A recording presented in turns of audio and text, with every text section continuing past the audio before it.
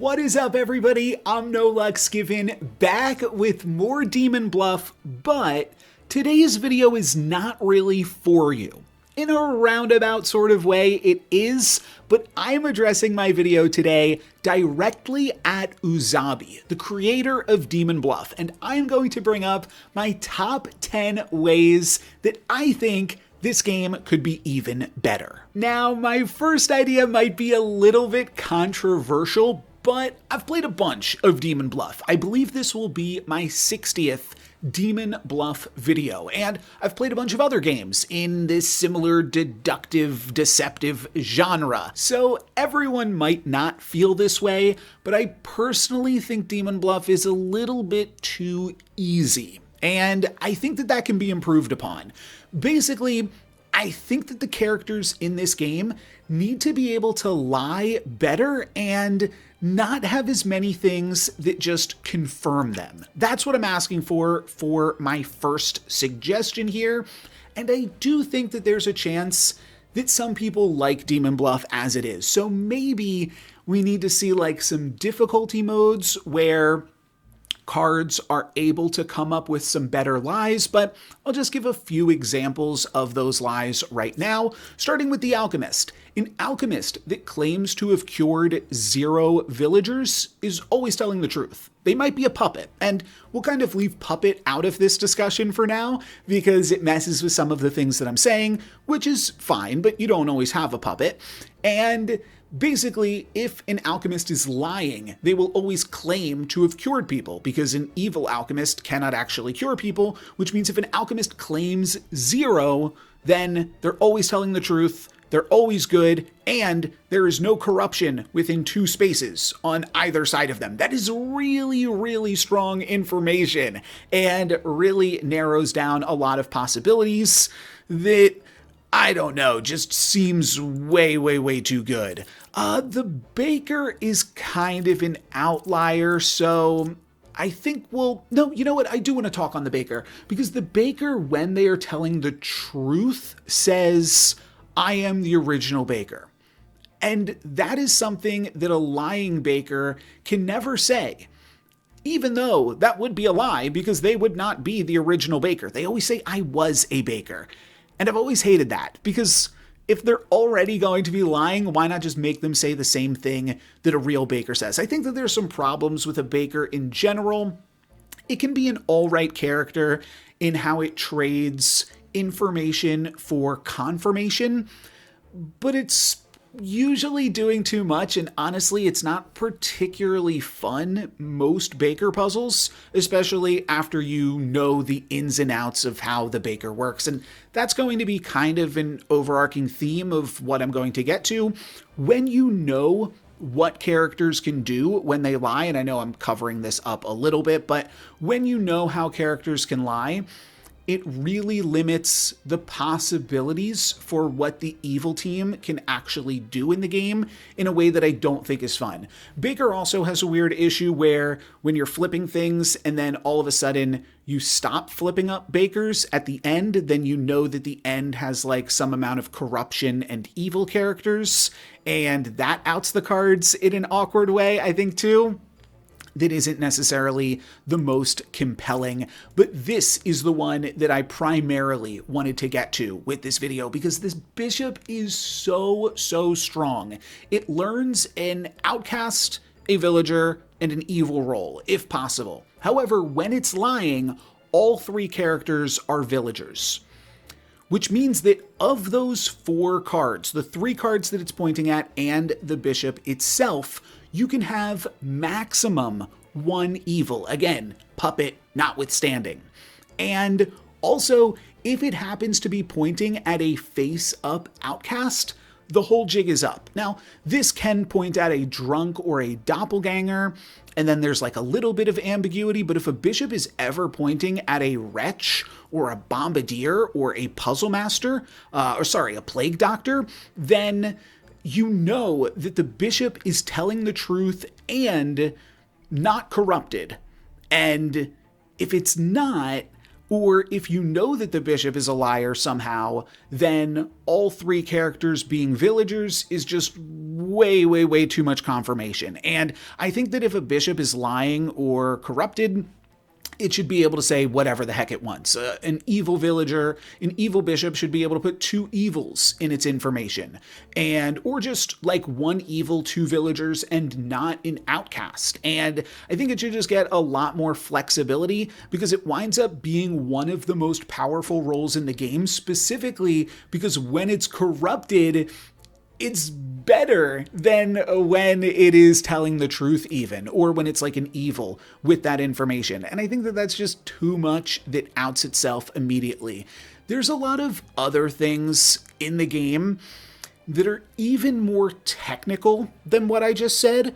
So I want to give like a small spoiler shield here that you might want to skip ahead a little bit if you're not Uzabi. Uzabi, you've got to watch this part still. I think you already know this, but there are some roles that when they say certain things are just always good in a way that is much less obvious than an Alchemist Zero. In Alchemist Zero, you can still logic your way to that conclusion, and similar with a bishop that points at a bombardier or something. You can logic your way to the conclusion with the information given to you in the game. However, I'm going to say some other things here right now that they really might ruin or impede on your potential enjoyment. I'm going to bring up the knitter right here because this is one of the examples that I know off the top of my head. It was pointed out to me in the comments. I don't fault the commenter that told me about this, but I think I responded, I wish I never knew this. A knitter that is lying can say 0, 1, or 2. They cannot say 3, and they cannot say 4 or 5 or any other crazy numbers. And on the surface, that makes sense, right? Because you want your knitters to be reined in. You want them to be giving believable lies. However, this means that a knitter that says 3 or 4, and I'm pretty sure I'm right on this. I don't need a correction in the comments if I'm slightly off with anything that I'm about to say, because I don't really care to know this information because, like I said, it ruins the game in some capacities. But a knitter that says 3 is always telling the truth and not corrupted and good. And that is just a lot of really powerful information. And there's other similar things like that again, I don't really want to get into, but I believe that a gem crafter that points at itself is always evil. Now, that really only happens in the tutorial, and I'm going to talk more about the new player experience for my second point that can use improvement in the game, but that one's not as big of a deal. There's also things like the Slayer, which you can use to try to kill evils that you've already executed. And people always tell me to do this in the comments. I do it sparingly, but honestly, it feels like bug abuse, basically, in how strong it is, and I'd rather something like that just not be in the game. If players really like these interactions, again, maybe some like difficulty modes are in order and you could keep some of these interactions in the game while allowing other players to have a little bit more of a challenge. But one other card that I want to bring up is the Wretch. Now, Wretch blindness is real, and this can be a role that tricks me even sometimes. However, I think that this is way too powerful, especially for an outcast. I think that potentially a Wretch could be a villager.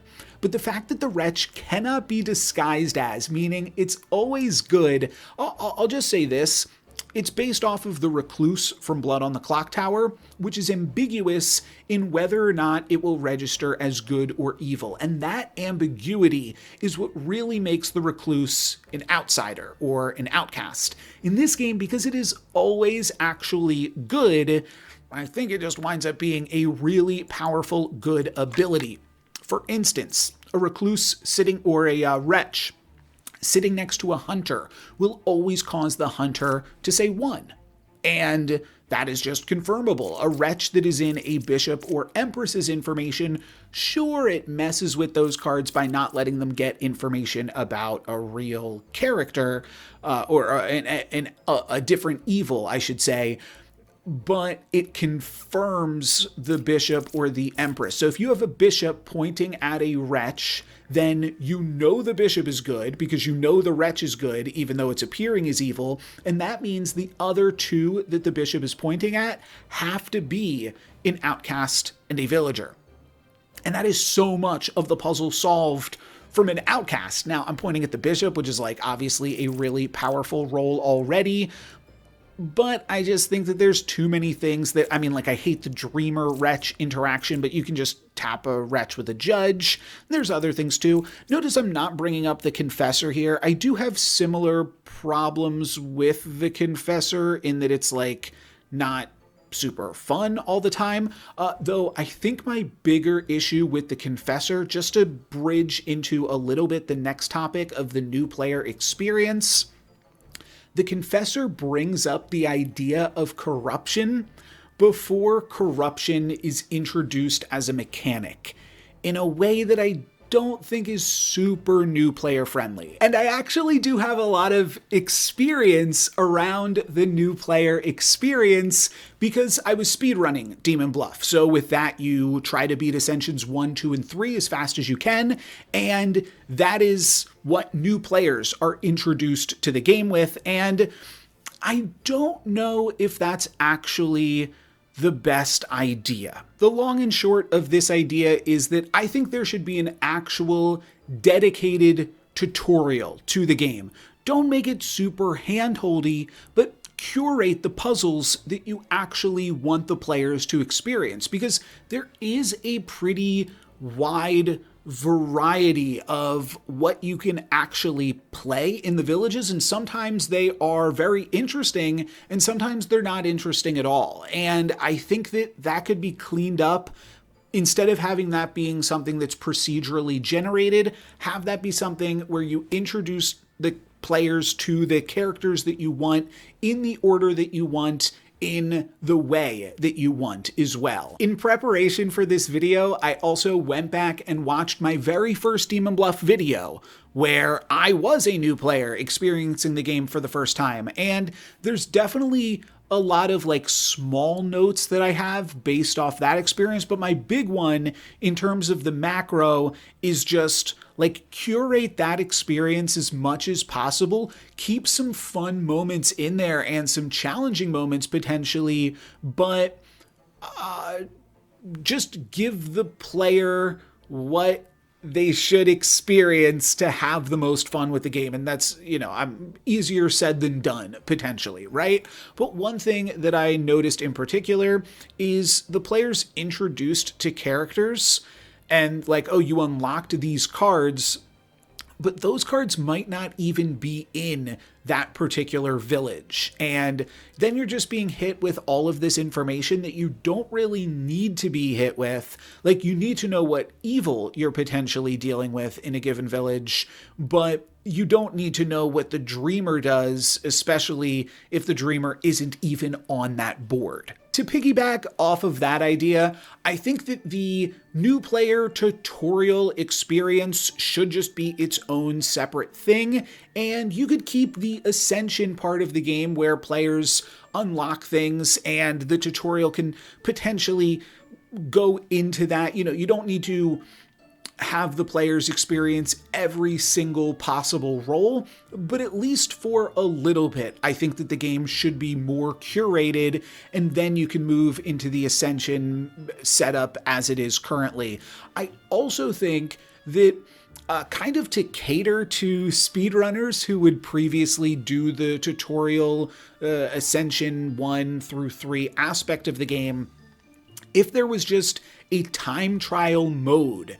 And I'm going to build on this idea more throughout the other suggestions, but I do think it could be really cool to just have a mode where you try to see how fast you can complete it rather than look for the score-based thing. And that's the next point that I want to bring up.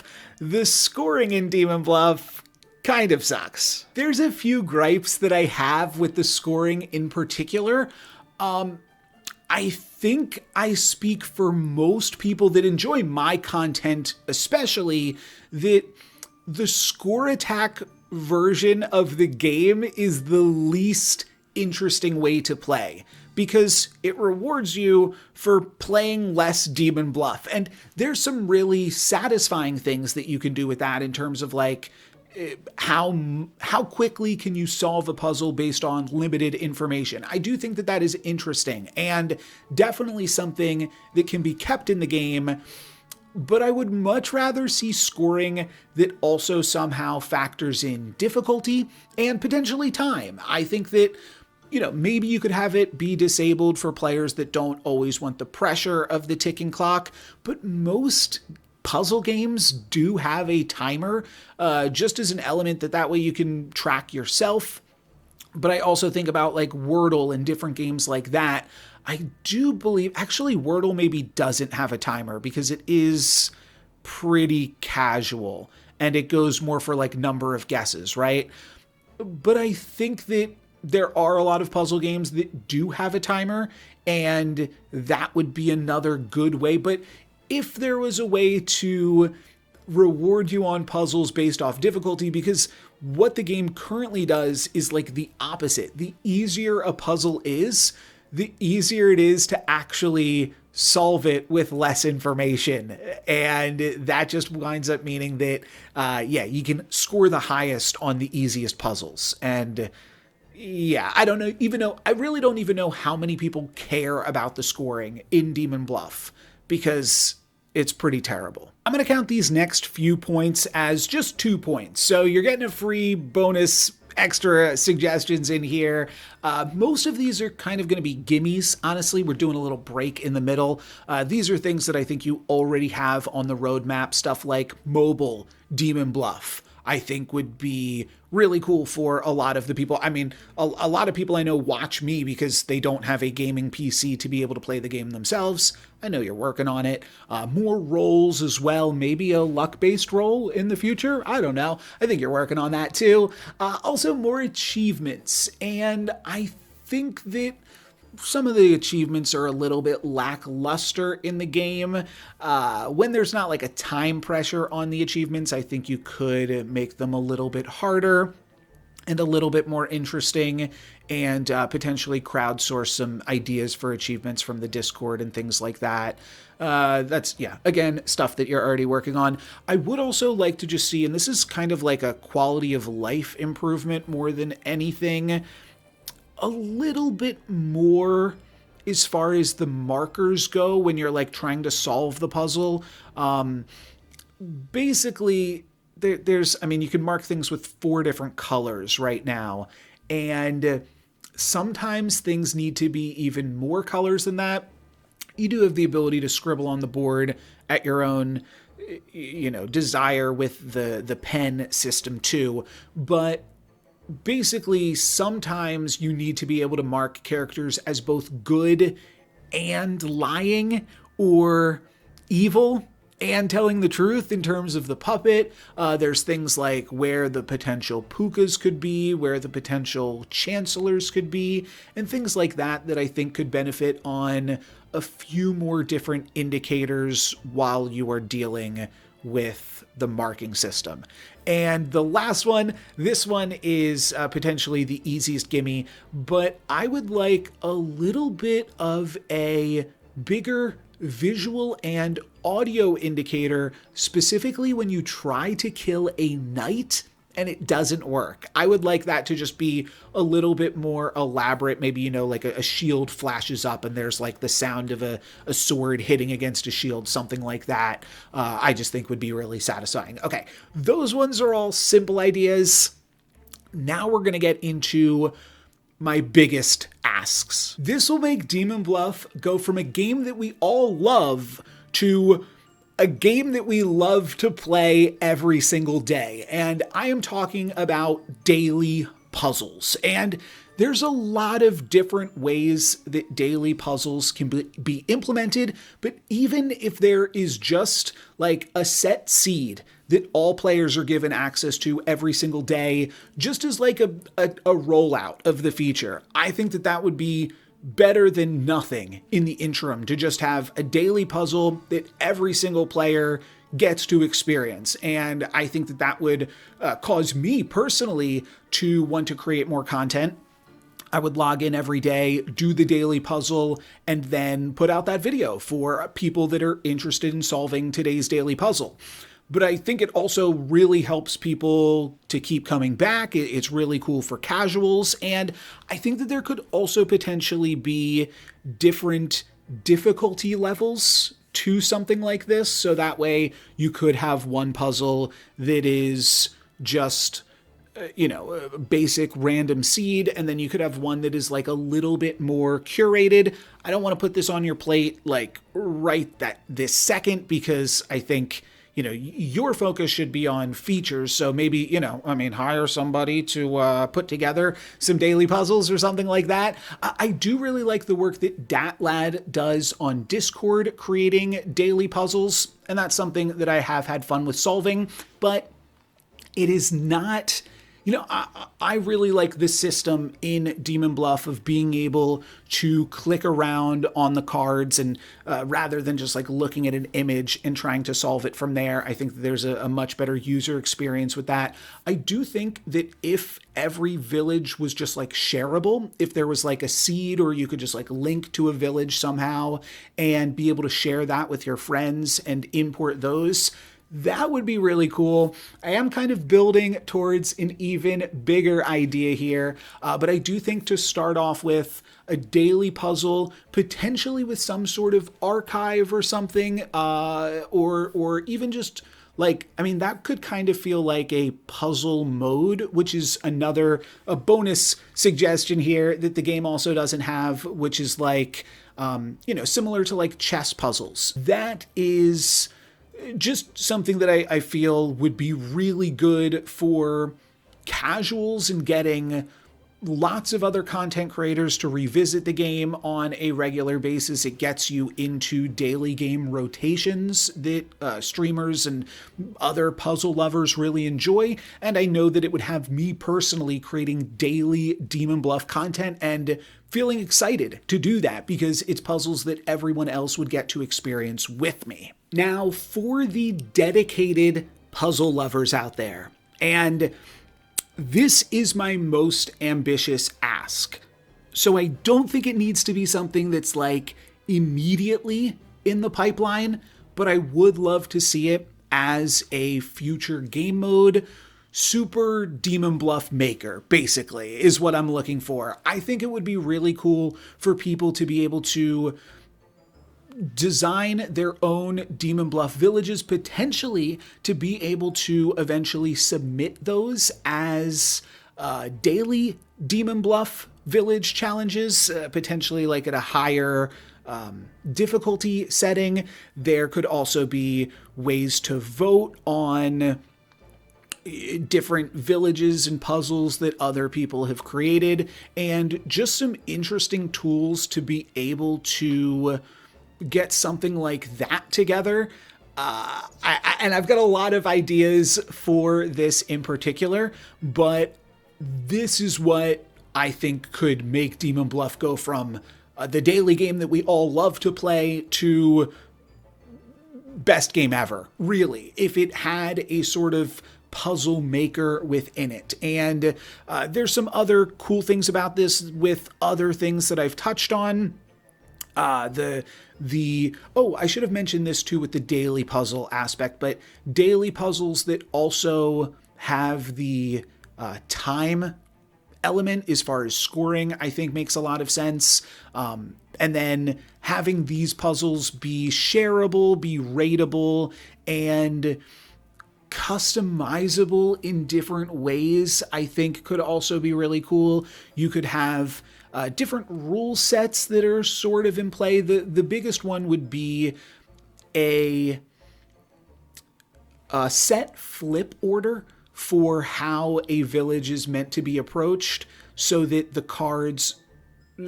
creator of the puzzle has more agency in terms of what the puzzle will eventually look like, in terms of what cards get flipped in which order, which means like which card will remain unflipped to the witch, which cards die to Lilith, things like that.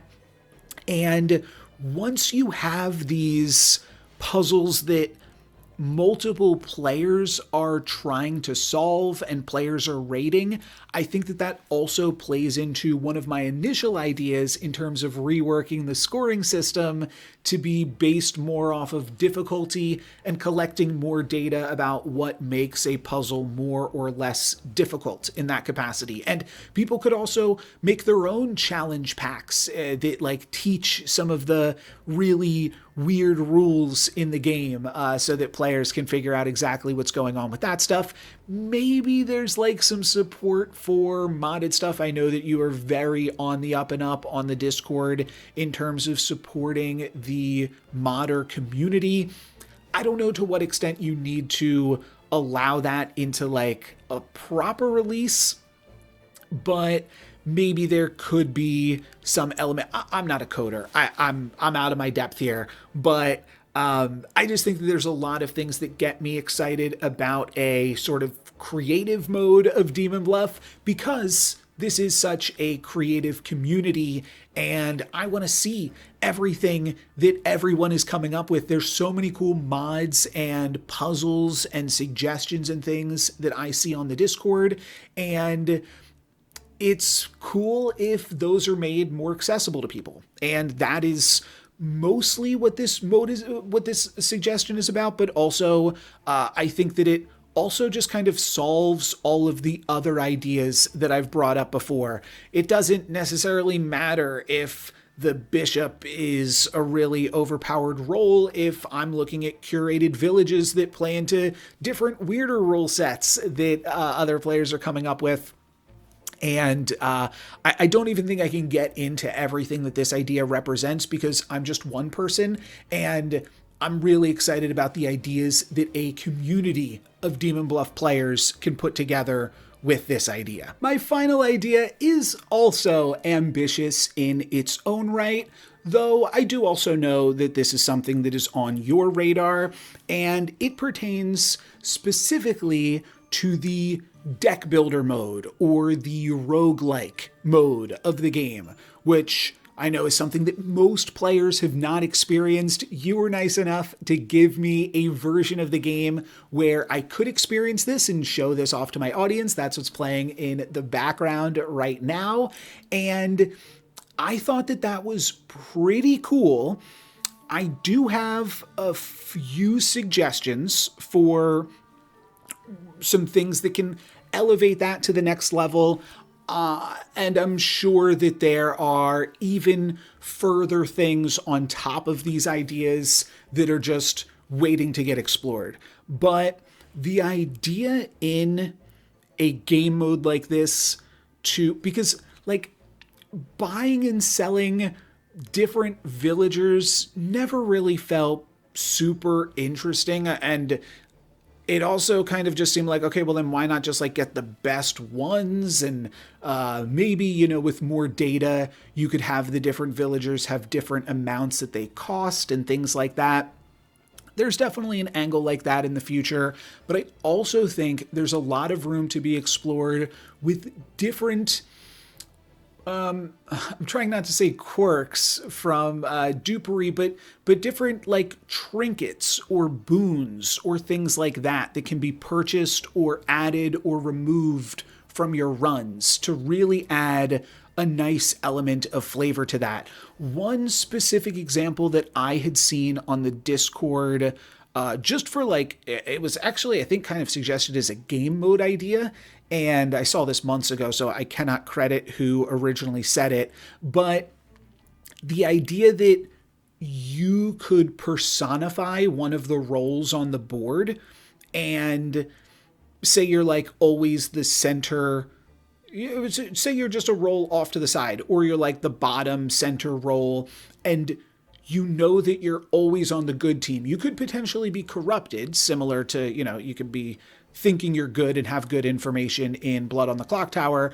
So maybe you could get corrupted by an evil in some way, but at the very least, like, you start the puzzle knowing one character that is good. And that's just one example there. That could be its own game mode, or that could just be like a boon or something that you have access to as you get to put yourself on the board. That would be kind of like the flavor of it.